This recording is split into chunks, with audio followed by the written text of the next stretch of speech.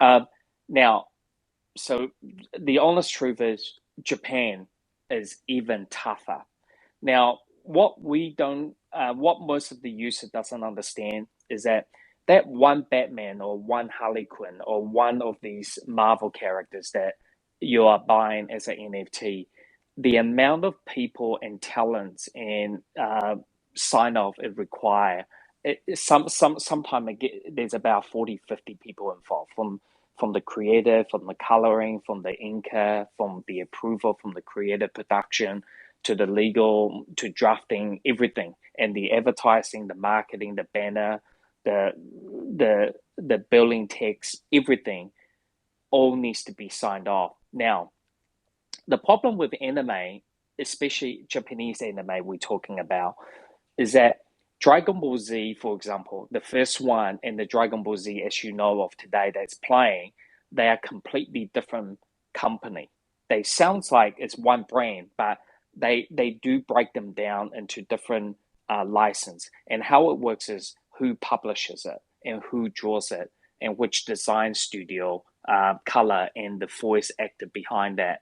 So when we look at signing up license, it's very difficult to find one that owns everything that they do.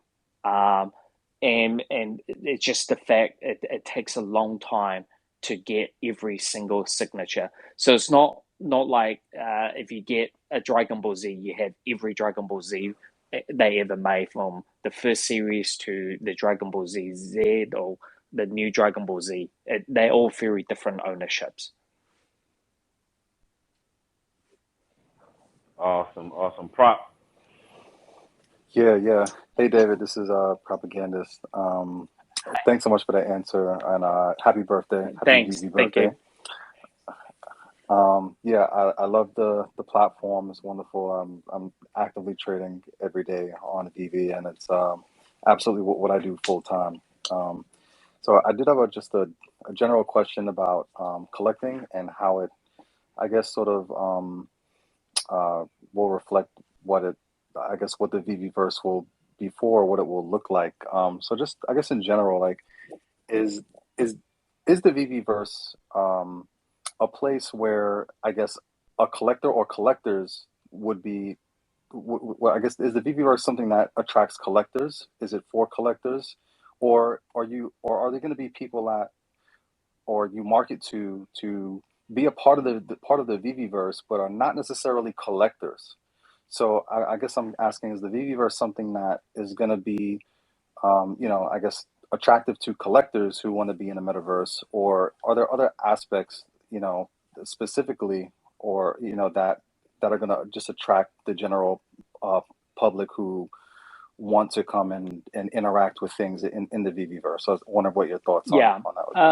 Yeah, so that's a great question. So we always thought about NFT as only a byproduct to unlimited universe. And we really do believe that gaming assets one day will be able to come out to VV from gaming company wish to integrate with us and for us to go into another gaming asset. So that's number one. The VV first, the whole idea really coming in is because we really do believe wearable device, our VR glasses and or mixed reality, your mobile phone, and what do you want to see in it and how do you want to interact with one and another is another thing. So we really wanted to use that opportunity for collectors in VV to express themselves and network in a metaverse. So we are going to be running art exhibitions. So you can actually, in the center of the VVverse, there's going to be gallery, for example, or sports stadium. It could be right. What you see in real life is what we're going to have it in there. The idea is to bring everyone into it and everyone who has the same hobby, and you could be in London where it's snowing down in New Zealand, Australia, it's summertime and it's windy somewhere. Anyone can join into the metaverse and enjoy another company, and you kind of become a friend, a good friend talking about the same subject and looking at it. And the idea is just bringing that community even one more step closer than what you would in how we're doing it now. So you will be hopefully we will be able to turn on the voice function where you can speak to one and another in the Viviverse. Sheesh. Awesome, great answer. Thank you. OMW. Hey, what's going on, David? Congratulations, happy birthday. Thank you. Real quick, I do have something that I want to bring up to you about the Hmm. VVverse, but I don't want to publicly speak about it because I'm in the works of trying to get a patent. But you guys just keep on dropping collectibles. But on another note, for the sense of licensing, I spoke with Trevor earlier about a museum. I know it's going to take a lot of work and a lot of licensing power to get to that stage, but do you think that that might be something you guys might be interested to possibly get the license behind the Mona Lisa or other big pieces of art by Van Gogh Yeah. or Picasso? Okay, so that's a very good question, and just so you guys understand, we do have a huge lineup of IPs coming. Like we when Dan said we have years of content, he does mean we have years of content. That's number one. Number two is I love art, so I really believe that the way we have been sending things out or selling it, publishing it, or whatever you call it, it it is very important. What I really believe, what we want to do is slowly bringing more and more artists into VV, and also we need to ensure that the subject matter and the relevant with VV is close connected. So I mean, I have a lot of friends to go, well, all these other artists, the big names. I won't name them because it's probably going to be on YouTube tomorrow, say confirm, but it's not. Um, I know a lot of the big name artists, but if I bring them into VV today, it's not going to be relevant to a lot of the audience that we have. For example, we have seen a lot of these artists are trying to do their own NFT in different platform. And I tell you, some of these artists are extraordinary artists, but they don't do very well in their NFT because they're not becoming relevant. They don't have a Discord, they don't set up a Telegram, they don't spread their messages out there. With Veve, what we do is almost like an end to end, and we allow a lot of these cool artists. And what we have done right now, bringing Frank on, Jermaine, Ron English, and we've got Simone, and we've got a lot more artists that we'll be announcing in the coming weeks, is that they are relevant to what our community is about. And we're about pop, fandom, and it's related to licensing and, innovation. But you are right. We are going to have to start looking to bring some of these cool stuff, like you said, Mona Lisa, like these Van Gogh. There's opportunity. And we have reached out to um, these foundations and museums to look at how we can help them to raise money, raise awareness, to become relevant to the new audience. We are doing a lot of these things, and we'll continue. But most of those things will probably, hopefully, exist in the Viviverse when we run exhibitions. I just don't know how Mona Lisa, the museum, will feel if we start minting the NFT off it, type of thing. But we'll have to have a look at it. But right now, our main aim is to grow our audience and to have relevant subject matters that is close to our fan base. Awesome. Nexus, go ahead, man. Thank you so much for having me up here, Kaki. And hi, David. Happy birthday. Like 1 year. That's amazing, bro. Thank you. So you answered the question about anime earlier, and I've been like talking about anime for a while. Like we really love anime over here. So when it comes to there's a lot of anime or different IPs out there that have fusions with their IPs, right? So you got Digimon, You got Dragon Ball Z especially. So Mhm. with the Dragon Ball Z, like I know like this is that comes down to licensing, but do you guys think it would be a dope idea to have fusions where when you fuse your NFTs, it burns some sort of like either the NFT itself, like for example, if you have 100,000 of Vegeta, 100,000 of Goku, when you fuse two of them are gone, but you get Vegito or Gogeta. Same thing Yeah, with you see what I'm saying? yeah, Hey, yo, don't get me hyped. Don't get me hyped. All right, let me just finish. All right, yeah. so like stuff like that, and on top of it, like think about it, like when you have these NFTs, then that adds a level of gaming aspect to it. It's like who has the most like Vegetos or Gogeta, and you could have it like a power ranking system. Like I got Vegito, I got Goku, I got Kid Buu, I can go on for days. Like what do you think about stuff like that? Yeah, so this is really going into the gamification, and we will see more and more of this coming in Veve. Just to start with, that NFT will interact. We have tried it out. I think the audience earlier mentioned the Ghostbusters with the Slimer and the Ghost Trap. We will be bringing more out. And I do understand when you put the two together, you kind of burn the two and you get another limited edition one. Yeah, it is definitely a possible.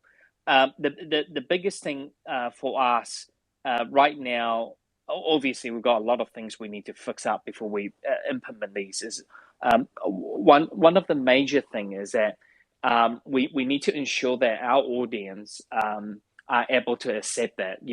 What you don't want to do is when we were a kid, you used to play with marbles. You bring a bag of marble to school and you play for for keeps, right? And you go home with an empty bag of marbles. So we just want to make sure the people who is participating will understand, the game and how this will evolve. So we'll definitely look at it. I mean, it's a great idea for sure.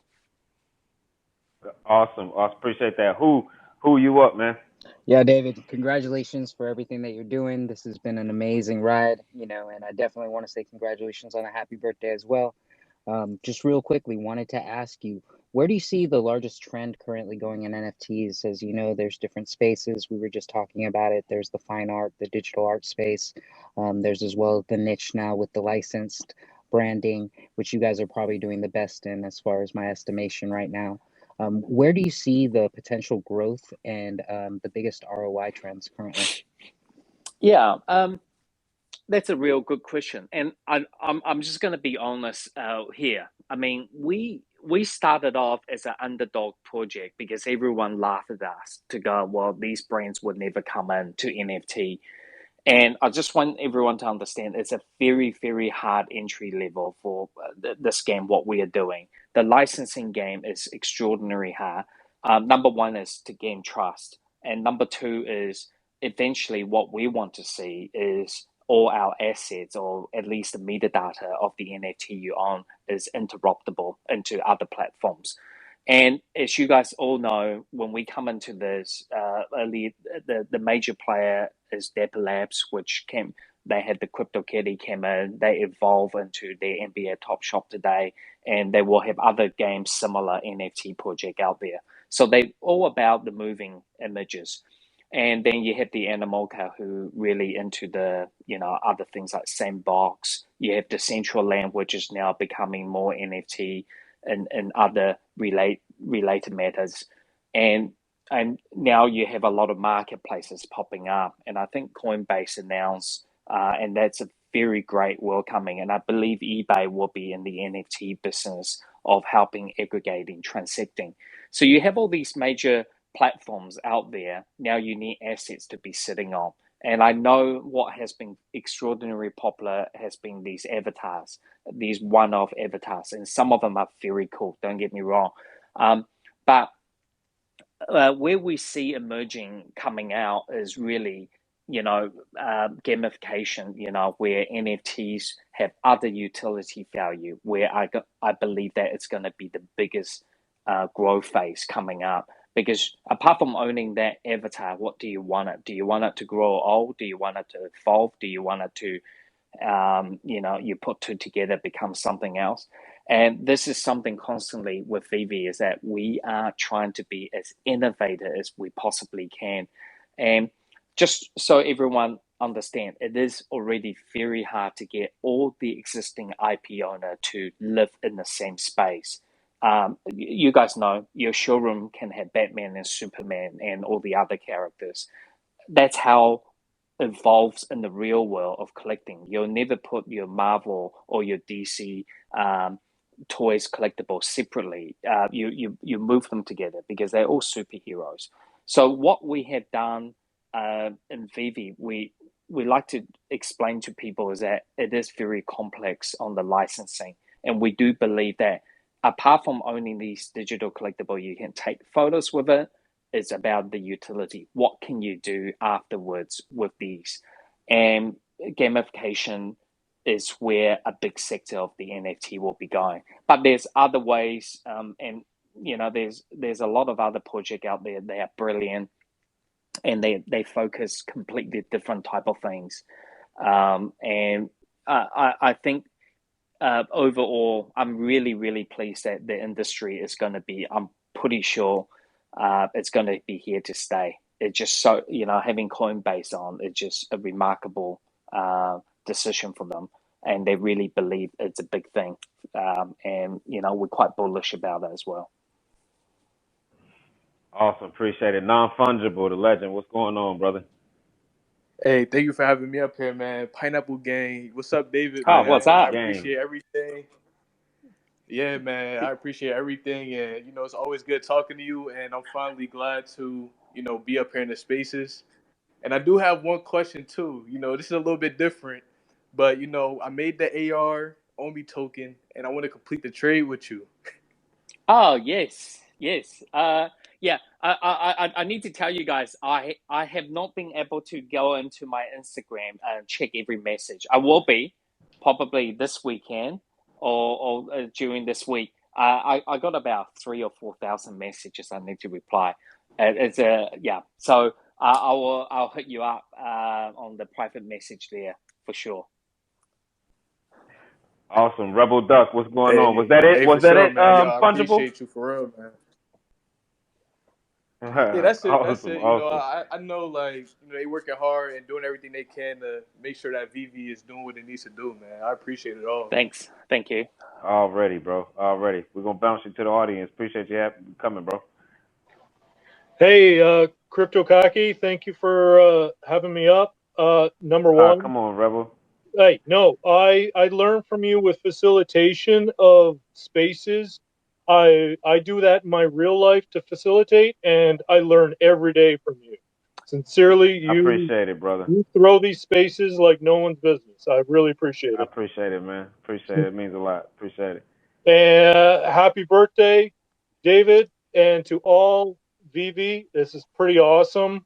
That's pretty awesome. And also, this is kind of a dream that I'm actually talking right now to David Yu, because I had this thought back when I was first researching whether I should be involved with VV or Ecomi. So I did my research. As you know, I analyze a little too much sometimes. So, but what I do is I watched every single video of David, Dan, Reese. I watched them all. And what hooked me completely was when David talked about his moment with collecting with a family member, how it forever will have that moment of a collectible.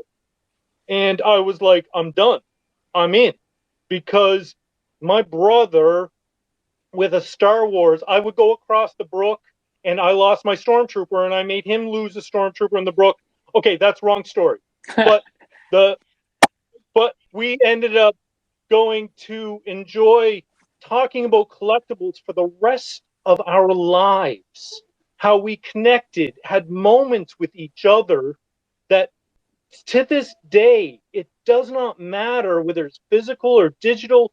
I'm as soon as you said that about your brother or I can't remember exactly, but I'd love for you to talk a little bit about your passion for collecting and where it came from, because that's really, I'm there 1,000%. So I'll hush and I'll appreciate you and everybody. Thank you. Yeah, thank you for that. Okay, Thank you. so my passion of star collecting came very very young age. I want you guys to understand. I mean, it's not something I tell everyone. So you know, I hope you guys you know we this opportunity. I'll tell you a little bit of story about how I started. I started doing stamp collecting when I was a kid, and at a very young age, I was very entrepreneurial. And if any of you used to collect stamps, you know you cut them off the envelope, you soak them in the bath, and the stamp basically appears off. And what I will do is I will dry them up, and when I dry them up, I will start sorting them out into sets, into colors, or how they should be. Now, the most important bit is what I was looking for. I was looking for stamps that hasn't had the stamp mark on it, which means the machine that was going through sorting it, they didn't put a stamp mark on it. And what I will do is I will use a glue stick, and I will basically put glue stick in the back of the stamp, and I will go up and down my street, my neighborhood, and selling the stamps as if they would not use, if they were mint stamps. Now, that's how my little miniature career started into stamp collecting, and it got me really hooked in. And how my business whole started was that I start selling the excess stamps, and I put them in the little pack of like a souvenir pack. And in New Zealand, it's a huge tourist attraction. And what I will do is I will go to the local stationery shop and get them to photocopy these cards onto an A4 paper, and I'll fold them twice so they become little I think A5 size. And I'll put the little pack of stamp on it. I'll On Friday nights, instead of going out, I will be going into the city, got on the bus, bag full of stamps, and basically I will go to every souvenir shop, and I will do what I call my consignment run, and I will swap them out. So the stamps, in the corner, they give me a little rack. They put my stamp pack on the shelf. I will swap them around, and we'll tally up 50-50. And that's how I started to fund my hobby. So I was a little bit of trader. Now, what happened was in the mid 90s, I think about 96 and 97, and this is going through huge in basketball car and trading car and Warhammer. The money I had made, I kind of bought a lot of the stock of a comic shop in the city went under, and the comic company in New Zealand called Mark One Comic, the distributor company called Unicorn Distributor went bankrupt, and I bought some of the products in the receiver in the auction basically, and I think I had about $1,600-$1,700, and they given me about 6 or 8 cartons of product without seeing it. So it's like storage war. You don't see what's in it. They go, okay, $1,600. You can have that corner, that 6 or 8 box. I didn't have a car then, so I had to call a taxi fam. So picked it up, drove back to my parents' house. I opened it up, and the 6 or 7 boxes was all like Star Wars, Looney Tunes, Marx, Star Trek, this and that. It was amazing novelty items and giveaways. I found a shop in Auckland, and the guy's name's by Steve Park, and he had a souvenir store. He bought all the stuff of me, and I think he gave me like $6,000 for it. So I quickly like 3x my money in that little deal, and then I went back to the liquidator and I bought more. And what happened was the $6,000 of stuff I bought, and I think I must got stuck with about 20 or 30 grand of retail product, and they were just role playing books, Warhammer figures, Dungeons and Dragons, that and this and that. And basically, I couldn't sell it. And that's how I started, set up my first business in about 96, 97. And this is, by the way, this is where I first met Dan about 97. Dan, the CEO of Veve, you guys would know him. he basically built my first Vagabond website, my first shop. I was so poor then. The true story was I did a deal with Dan where the deal was I told Dan I couldn't afford to pay for the website, but I will do a contra so he can take 50% in cash and 50% in board games or stocks in my shop. And we did that. And ever since we kept in touch. But going down to my career of collecting basically started from the Pokemon cards that I sell. I bought in Magic the Gatherings, and from one thing lead to another. My collection, owning a retail shop, you build up a whole thing. But most important, what you have mentioned is that I see I see families, I see kids come in my shop, and I tell you why I love the business so much, and why I still have the shop today is sometime in our shop, in the business that we're in, our allocations for some of these products are very limited. For example, uh, basketball card has been extremely popular. Pokemon has been extremely popular. Yu-Gi-Oh! You only get allocated a certain amount of these products, and we're talking like 20 boxes. Okay, 20 packs or 20 boxes, and you make nothing out of them. You make about $10 or $5. So if you sell all 25 of them, you'd be lucky to make a couple $100 profit. It doesn't even pay for your power bill or for the whole month. But what was most important thing was when we were selling the product to the kid or the parent over the counter, you see the smile on people's face. I tell you, that moment is when we tell ourselves to go, this is why we do it. We are delivering something, a joy for them to take away. And the afterlife of that product and the utility, when they bring it home, what the joy they get out of it, it's another level. So the industry, I've been very extraordinarily lucky to be in an industry where I put smile on people's face. And that is actually the most important bit. And you know, the last 25 years, being the business I'm in, it allowed me to travel to conventions, exhibitions, and, sometime I will turn up there and I will come back with more stock or more things than I actually went out to get. And, Oh, did he and did that's we how lose it him? really started.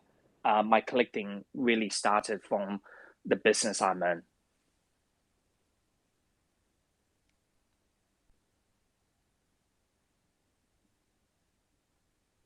You guys there? Uh, Yes. Yeah, yes, we hear Yes. you. definitely. Sorry. Crypto. What's the name of your store, your business? The store is Vagabond Games.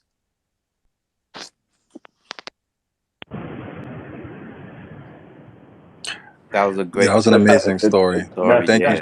thank man, you for look, sharing, David. that was beautiful. And you saying that, David, we will probably demand that we have the exact replica of this building drop down as a centerpiece in the VV world. Because other than that, then I'm gonna have to get some tickets because now I have to go to this store now. Like that store just Yeah. made we have to go there. You know what I mean? And I tell you about the store and why we build the Phoebe the way we build it is that in back of my shop, there's gaming tables, there's trestles tables out there. Kids come in, like I say, any weather, anytime. You will come in.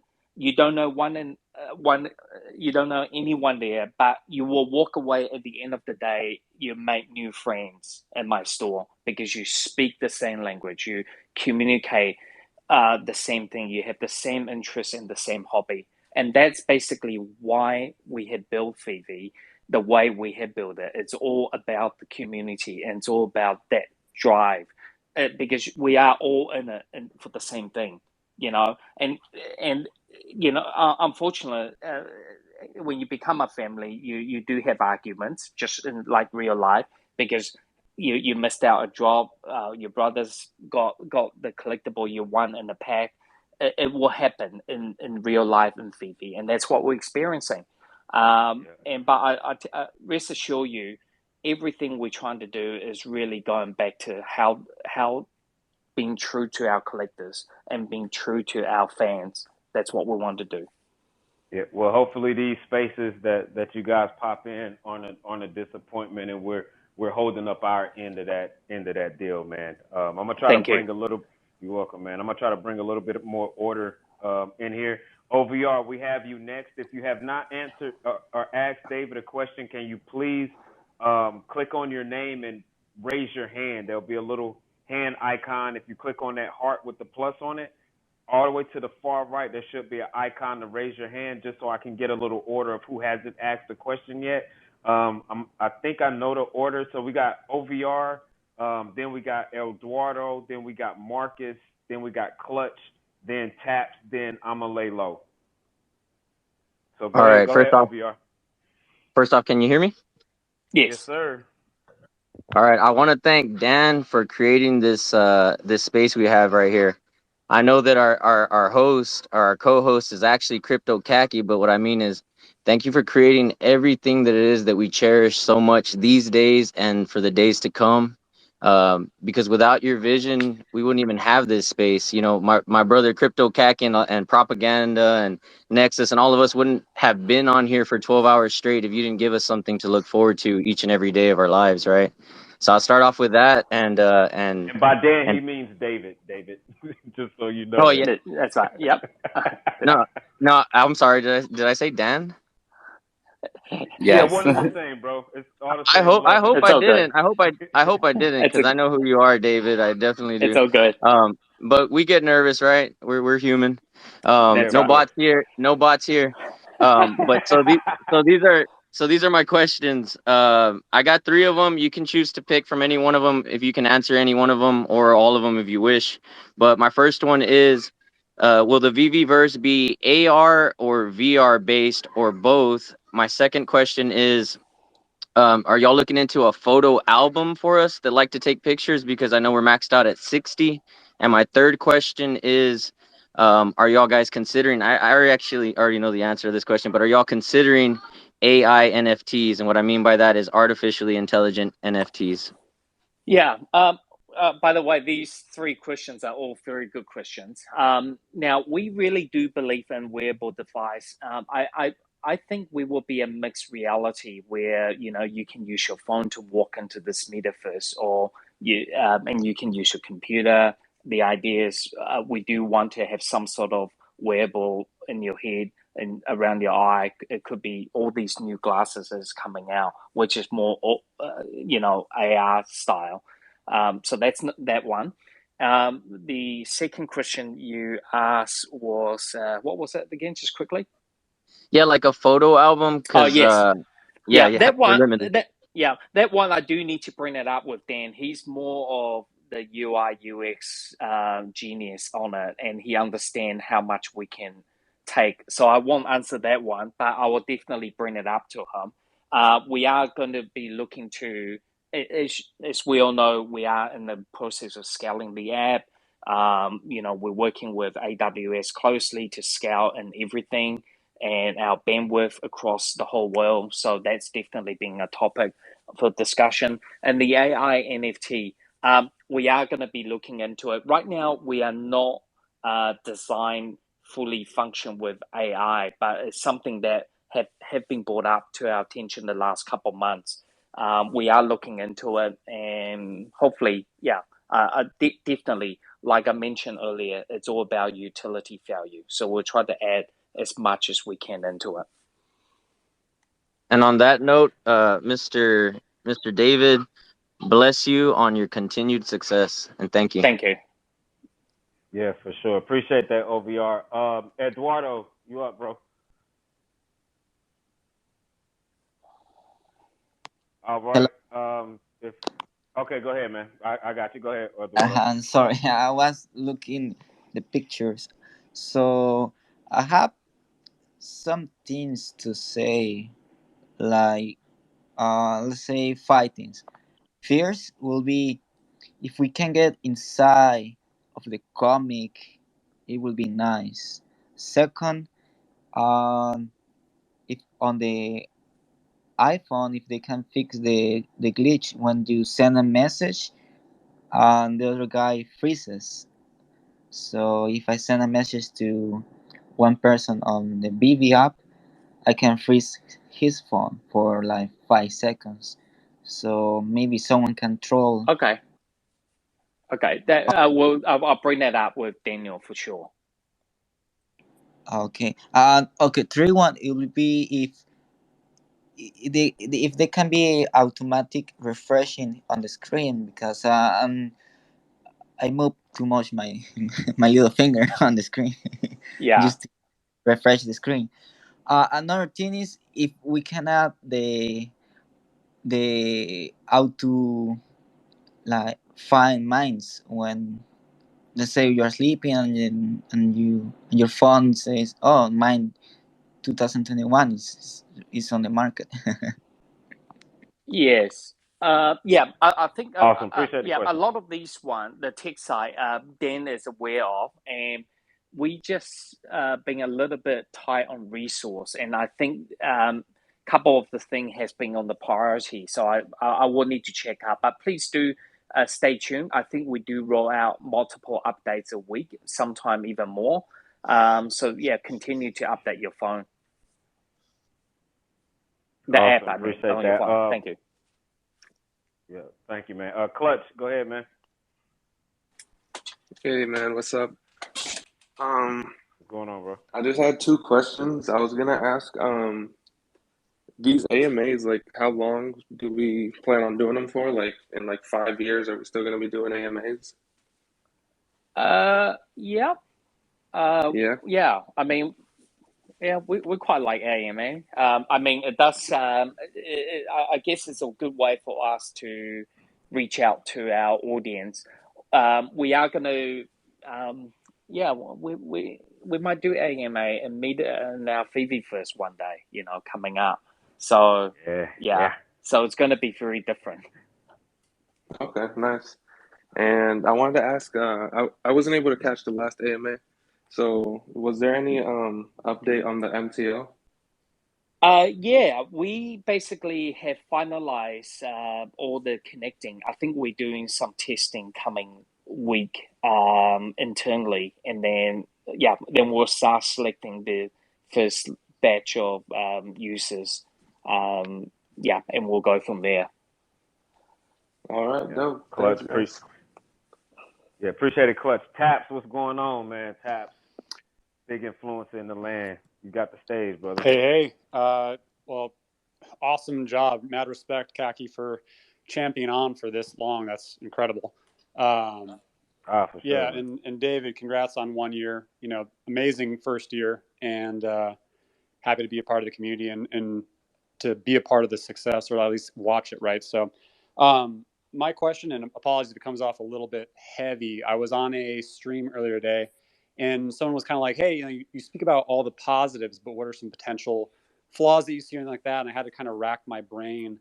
And the only thing I would kind of think of, and Trevor was kind of speaking about it too, is with you know tons and tons of licensors on the backlog, and so many different things on your guys' plate, and design houses. How many things are just kind of on the backlog? Mm-hmm. As you guys continue to scale and grow, it's just going to get even more so, right? So I guess my question is, why do you guys choose to be or run this lean? I know Agile's important, but are you guys looking to double headcount, add more developers to continue to scale? Or I guess what's the reasoning for running so Yeah. lean? Okay. Great question. So what happened was last year, we ran out of funding. Well, we didn't run out completely. We basically, um, if we didn't mention this before, we would around myself and Dan before we came back to New Zealand.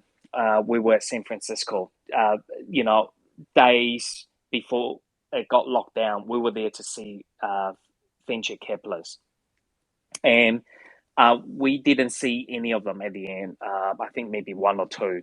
And then we had to fly back because everything was just closing down the borders.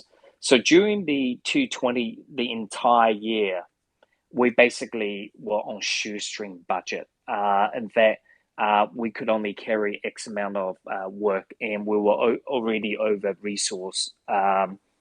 tight resource with what we had in funding and talents and everything.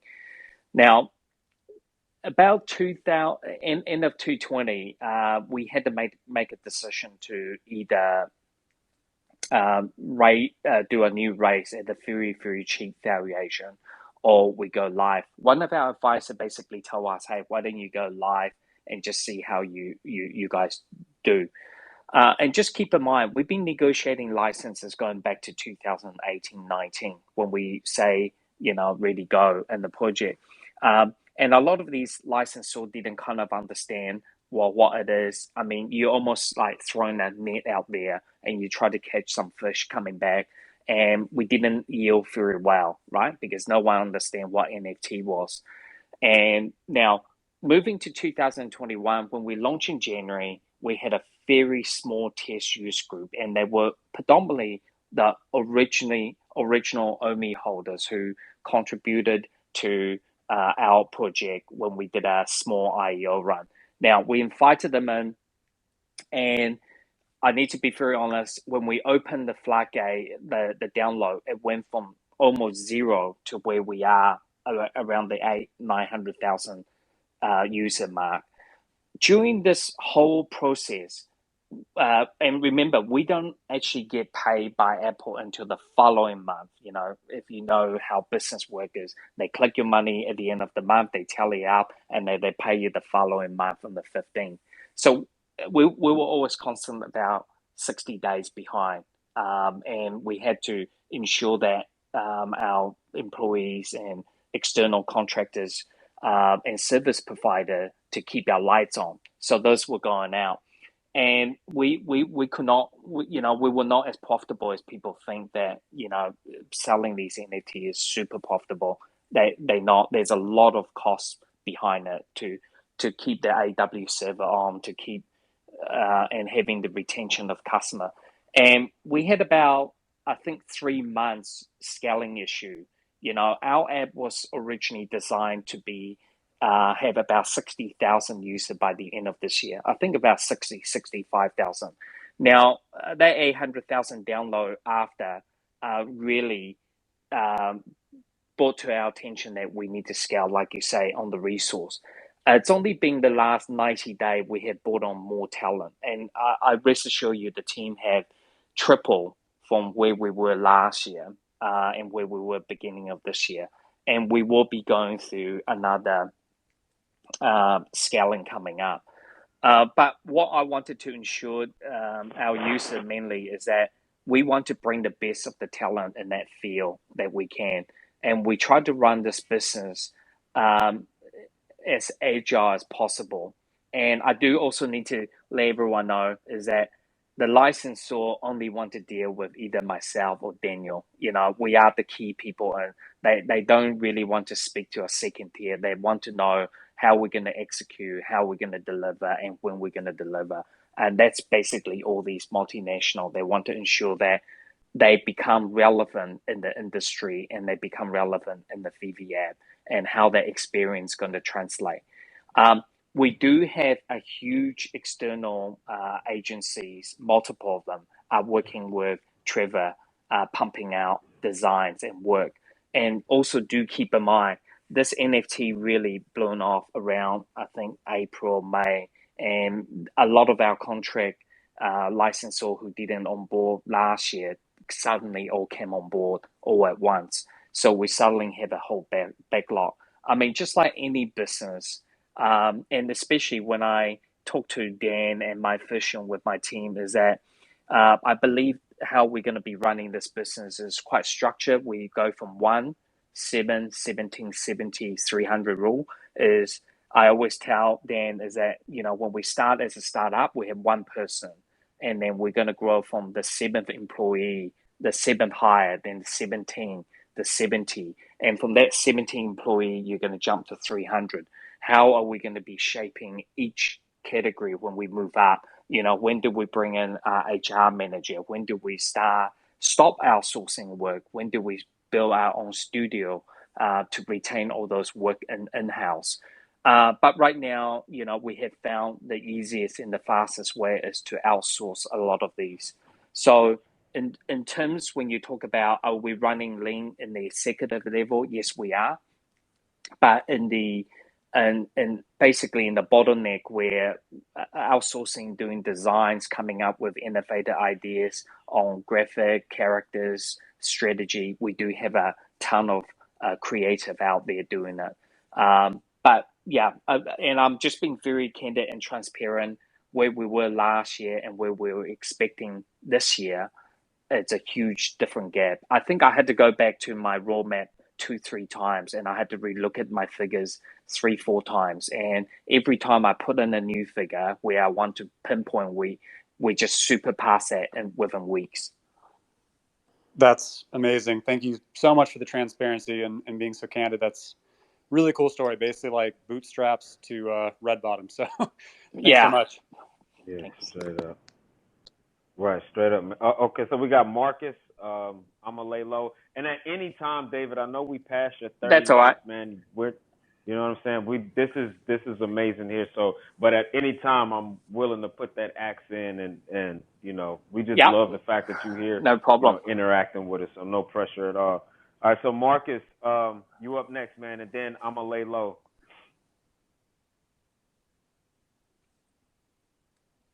Okay, I'm gonna lay low. We'll come back to Marcus. You can go ahead and jump out, bro. Hey, what's up, everyone? First of all, I want to say congratulations to BB team. I'm here from Mexico listening to this live session. It is really, really amazing to have all the community join here and talk about BB. I personally, I'm not a collector. Like, I haven't been since, but now I am since BB, so I'm happy for that. So I got just a question. It's about more about the BB and we're happy if you have anything to say about that. I'm an artist, producer. I've been DJ for like almost 10 years, and I have been talking BB with all my friends. You know, like in the studio, I'm that guy when we're recording, and I'm just taking my NFTs. Like, hey Ben, check this out, and we were talking, and like, and we were asking questions like, will Viviverse will be a place like for artists to make things for community? Maybe I don't know, like stages, or have you thought about that idea, or maybe I'm just like thinking Yeah. too much ahead? No, thanks for being part of us. And listen, my dream for Fifi First is going to be much grainier than what we can build today. I need to be very honest because I dream really big. Both myself and Dan dream really big. But how we're going to be rolling out is we're going to be doing them in stages. Where the number one focus will be your showroom, where what we're going to be calling that as your home and how you interact with one another, and then we'll be growing that space to a bit bigger. I think I mentioned we wish to have exhibitions where community can come together, and one day the AMA will be probably held also in the metaverse, where the Fifi First will have an auditorium where people can come participate, and there could be screens up there more than just what is voice. And slowly, just going back to your point, is that will we be allowing all these other external talent to be publishing things? Yeah, I mean, it is our dream to do all that, but we just need to make sure that we are rolling them out at the right time and in the good manner, and just ensuring that everything's going to work. And I don't want to promise the whole world because I know Dan's going to be calling me after this AMA and go, "What did you promise them?" So just to go back, stage one, we're just going to make sure that home, your showroom is going to be represented well in there. And then idea is to run small community events and grow from there. That sounds great. That sounds awesome because Yeah, I'm an artist awesome, as well. So. awesome. Yep, awesome, man. I do want to apologize to the people that are in the crowd with their hands up. I am trying my best to fast speed through this as well. But the order, as you raise your hand and you request, it gets jumbled up. And I think I've been pulling people up based off of who's next on the row. But that I'm getting messages in the DM saying that they've had their hands up for 30 minutes. So I do completely apologize for that.